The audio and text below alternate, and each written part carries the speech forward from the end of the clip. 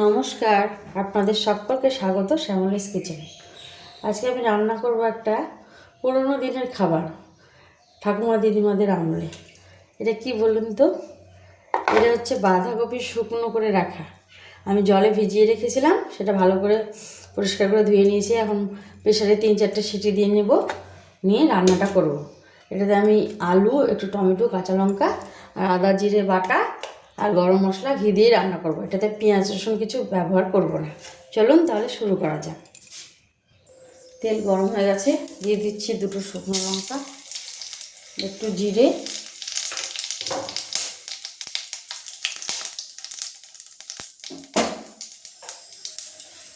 কেটে রাখা আলুগুলো।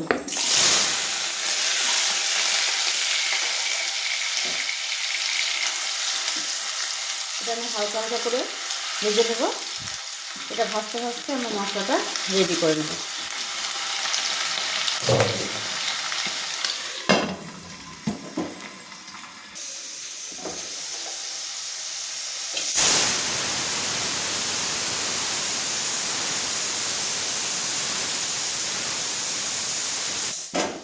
আলুটা ভাজা ভাজা হয়ে গেছে, দিয়ে দিচ্ছি কাঁচা লঙ্কা কয়েকটা,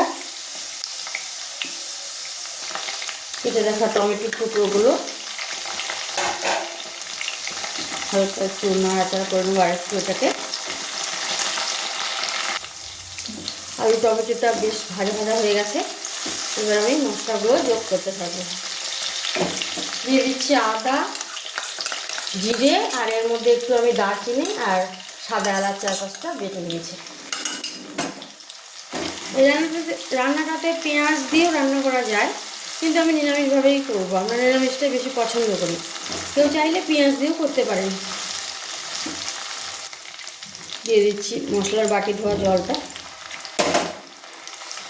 দিচ্ছি হলুদ, লবণ,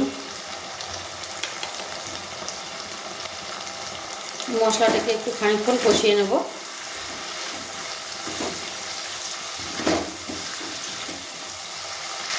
আরও একটু মশলাটাতে জল দিয়ে আমি কষিয়ে নেব।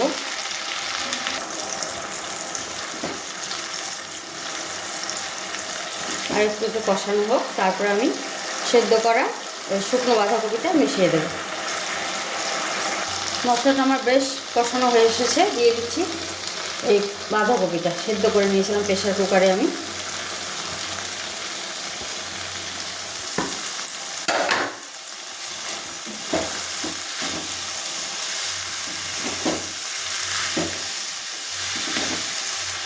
এবারে এটাকে আমি বেশ খানিকক্ষণ ধীরে আঁচে আঁচে রান্না করতে থাকবো।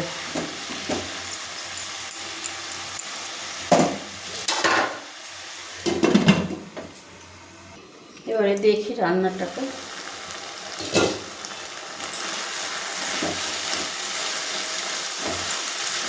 আর বেশিক্ষণ টাইম লাগবে না, মোটামুটি হয়ে এসছে।